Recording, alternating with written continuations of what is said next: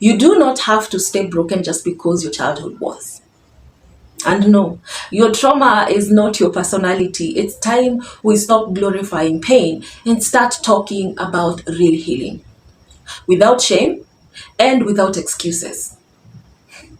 There's a growing trend, especially online, that tells you it's okay to stay in your wounds, that every toxic behavior is justified because you had a trauma in childhood. Childhood traumas have become a shield, an identity, and while I will never downplay your pain, I will say this: you are not your trauma, and staying there, that's a choice.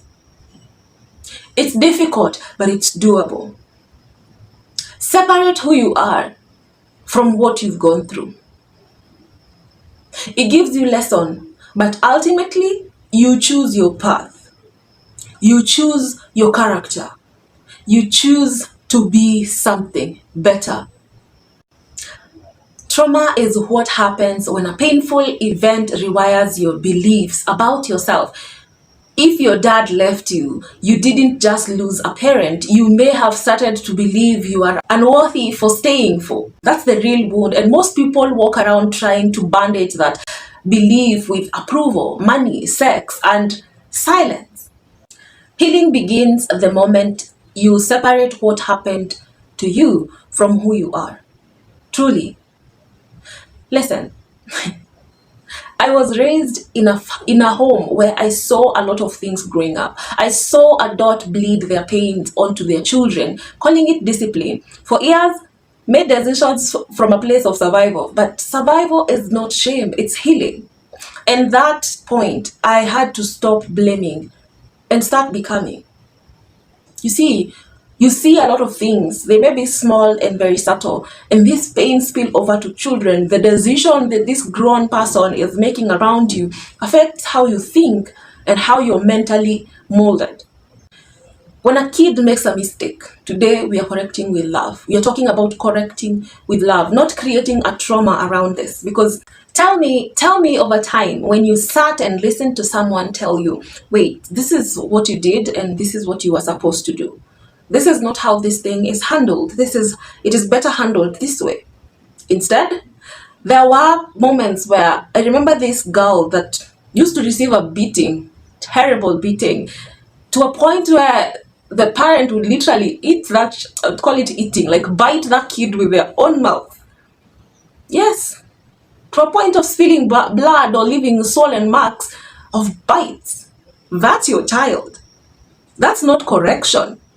And funny enough is that this never used to correct the problem. The kid would repeat this over and over and over because you're not showing this child what's wrong with what they are doing. Instead, you're punishing them, but you're not showing them the right thing to do or why they shouldn't do what they're doing. That is not correcting. That is instilling trauma. And children grow up with these traumas and they don't even realize it. They find it as a way of life. It was done before. I don't see why it's a problem now.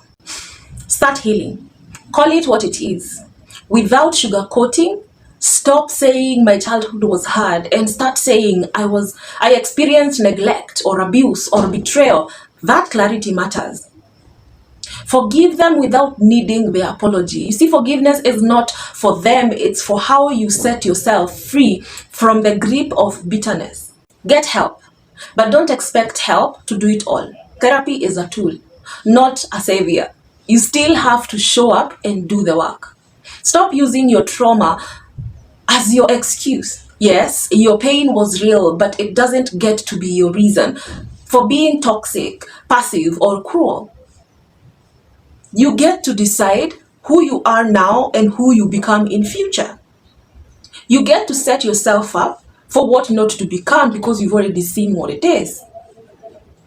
You see, if you've seen the difference between someone who's been abused and someone who's not been abused, the confidence level of these two people is different.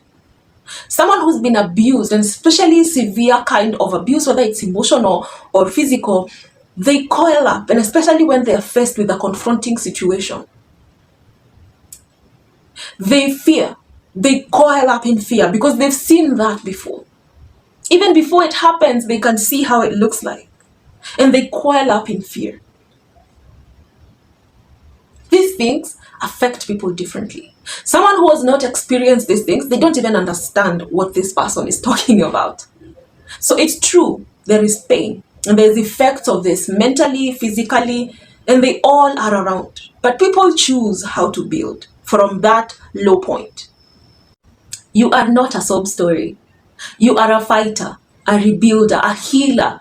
Shame dies when you realize what happened to you is not who you are. Stand up, wipe your tears, and become the kind of adult you deserve. You deserved as a child. Because healing isn't your right, but taking responsibility is your power. Healing is your right, but taking responsibility is your power. I want you to comment below. What's the one belief you have as a child that you're trying to heal or unlearn right now? Share it. Take your voice back. And don't forget to subscribe to this channel. We are not here to cuddle. We are not here to condole. We're here to conquer.